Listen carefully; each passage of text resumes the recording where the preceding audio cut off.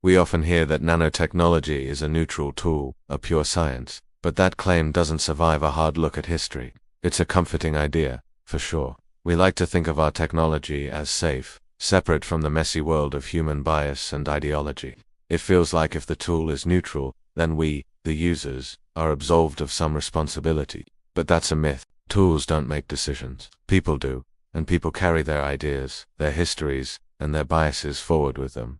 Technology doesn't magically erase ideology, it amplifies it. A hammer can build a house, or it can tear one down. The hammer doesn't care, the person swinging it does. And the ideas that guide that person's hand are what truly matter. Believing that technology is neutral is a way of avoiding the difficult questions about who we are and what we value. Now, I know connecting nanotechnology and eugenics feels uncomfortable. It's jarring. Nanotechnology feels so futuristic, so clean and precise. We imagine tiny robots cleaning our arteries or building microscopic computers. On the other hand, the word eugenics feels old, dirty, and thoroughly disgraced. It conjures images of a dark past we'd rather forget. So, linking them feels wrong, almost like a category error. But that feeling of discomfort is important. We need to sit with it and ask why it feels so wrong. It's because we separated the shiny promise of the future from the grim realities of the past. But the line between them is not as clear as we think. If you had to boil eugenics down to one core belief, it would be this: humanity is a problem to be solved, something to be optimized, not protected, not accepted as it is, but actively improved. The goal was to engineer a better human population. That core idea, that drive for optimization, survived long after the word eugenics became a stain on history. The logic didn't die. It just changed its name and its methods. It went underground, waiting for new tools.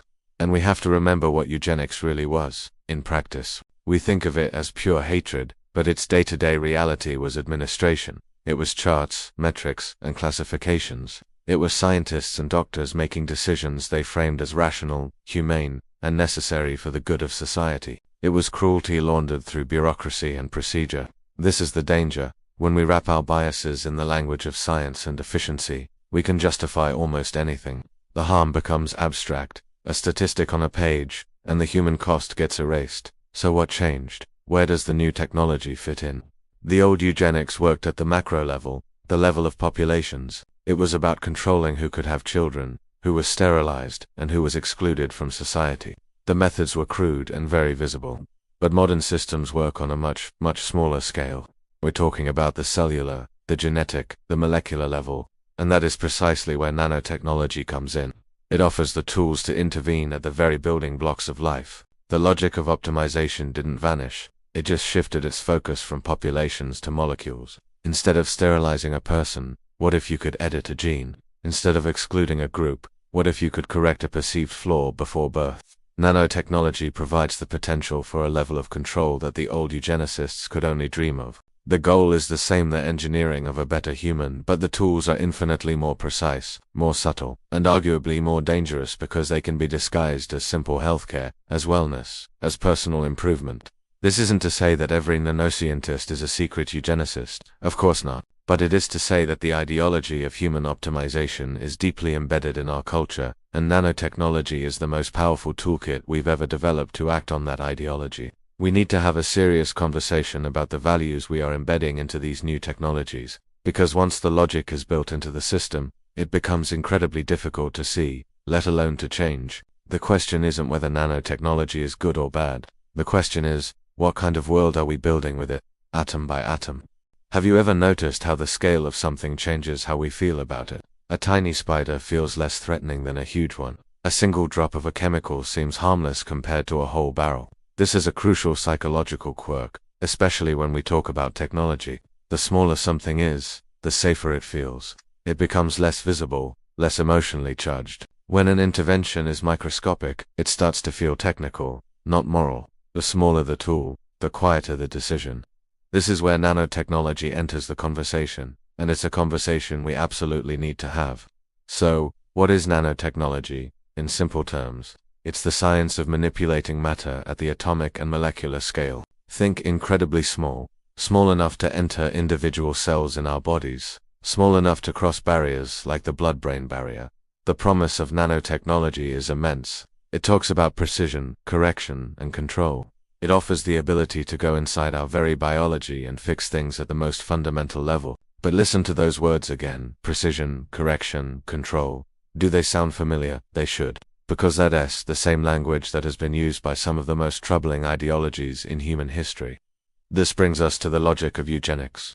Now, I know that's a heavy word, and for good reason. Historically, eugenics was about improving the human population through selective breeding and, in its darkest forms, through eliminating those deemed unfit. The language was blunt, cruel, and overtly discriminatory. Today, no one in the mainstream uses that language. Instead, we've seen a rebranding.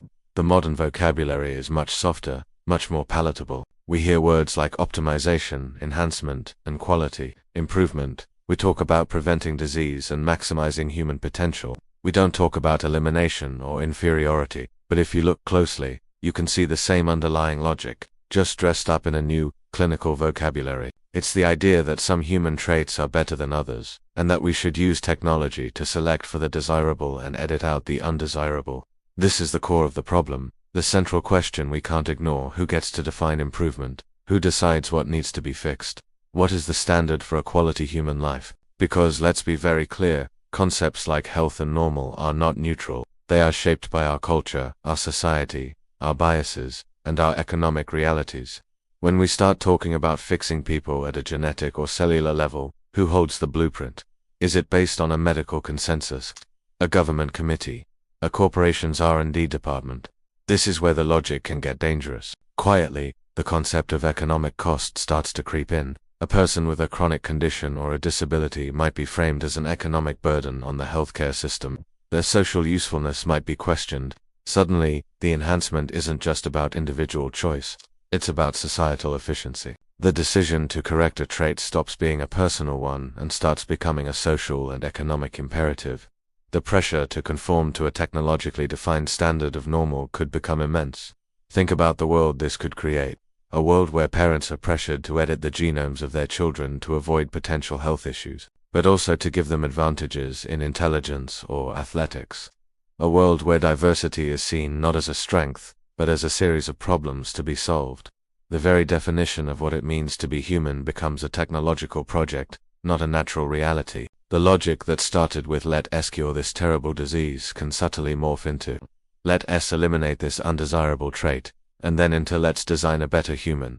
Nanotechnology, with its promise of precise, internal control, could be the tool that makes this logic a reality. It's not a sci-fi fantasy.